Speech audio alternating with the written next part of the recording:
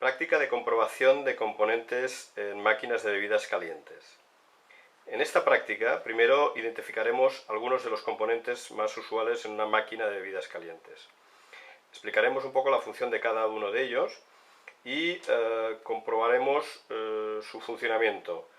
Debido a que son elementos resistivos o componentes resistivos, esto nos permite poderlos comprobar o medir a través de un polímetro en su función de ómetro o de medidor de resistencia.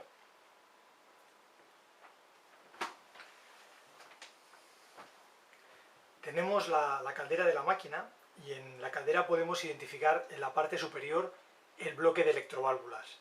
Dentro de las electroválvulas tenemos las dos de la derecha y la de la izquierda que corresponden a productos solubles y la central a la electroválvula de café. Como podemos ver, la diferenciaremos por la parte superior donde tenemos la expansión, el tubo de salida de expansión. Para poder comprobar las bobinas, observaremos que tienen tres terminales. Los dos que están puestos en paralelo corresponden a la alimentación y el tercer terminal corresponde a la toma de tierra. Nosotros, para la comprobación, nos centraremos en los terminales que están enfrentados entre sí. Para ello utilizaremos el polímetro en la escala de ohmios.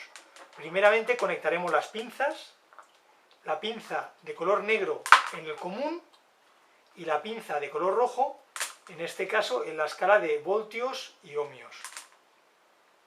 Al tratarse de resistencia no tenemos polaridad y es indiferente el uso que hagamos de la pinza roja o de la pinza negra. Colocaremos el polímetro en la escala de ohmios. Empezaremos por una escala, la máxima escala, para que no nos falseen las medidas. Vemos que tenemos una medida de 0 o una medida muy baja. Para comprobar que realmente no se trata de una derivación, iremos bajando la escala hasta conseguir la medida correcta. Si se continuase manteniendo los 0 ohmios, querría decir que la resistencia estaba derivada. Aquí ya empezamos a tener lecturas más reales y en el caso de la escala de 2K, seguramente en este caso será la medida correcta. Vemos que la resistencia es de 763 ohmios. En la resistencia del soluble seguramente obtendremos otro tipo de medida. En este caso estamos teniendo una medida de 2,3K, tanto en una o muy similar en la otra, 2,08. Son valores aproximados, pero valores correctos para dar como válidas las resistencias, las bobinas. En el caso de utilizar una escala muy pequeña, veremos que nos marca la resistencia, nos la marcará como si fuera resistencia infinita, los que nos podría dar equivocación y pensarnos que la bobina está abierta o está estropeada. Por ese motivo es mejor empezar por una escala superior e ir bajando, o directamente empezar por una escala central donde se aproximará más a nuestra medida. Otro de los componentes que encontramos es la resistencia.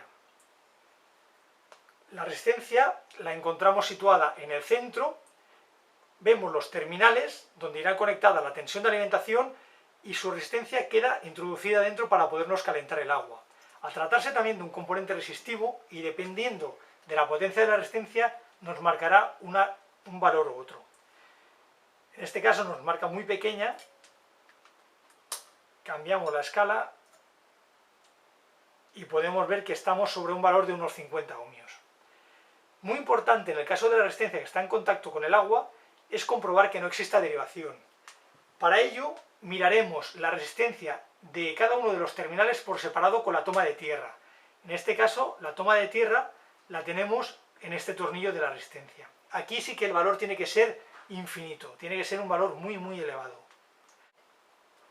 Es la escala más grande. Por ese motivo utilizaremos la escala más grande para tomar la medida.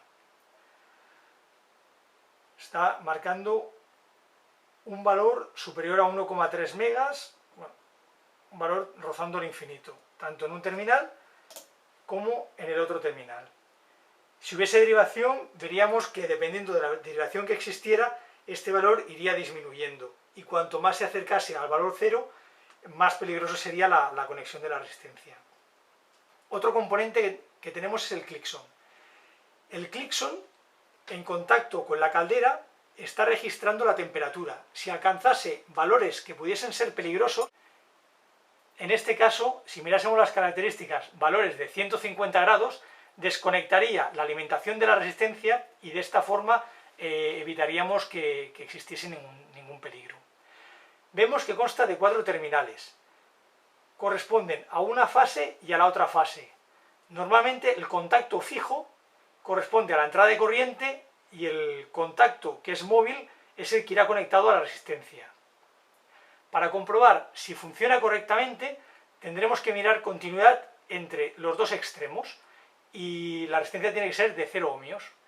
En el caso de que fuera superior a 0 ohmios o fuera un valor infinito, querría decir que el Clixon ha saltado por un exceso de temperatura y mediante el botoncito rojo lo volveríamos a rearmar. Comprobamos. Tenemos 0 ohmios en un extremo y 0 ohmios en el otro extremo. Si el valor fuese infinito, querría decir que por un exceso de temperatura ha saltado y es necesario volverlo a rearmar. El rearme siempre es un rearme manual. Y el último componente que encontraremos en la caldera corresponde a la sonda. La sonda encontramos de dos tipos: sondas PTC, que aumentan con la temperatura, o en el caso de la caldera NTC, que disminuyen con la temperatura. En el caso de esta sonda, a temperatura ambiente, su resistencia, según nos indica el fabricante, está sobre los 10K. Es decir, que sería una sonda correcta. Si la tuviésemos desmontada, calentándola con la mano, veríamos que la resistencia va disminuyendo y al enfriarla volvería a aumentar.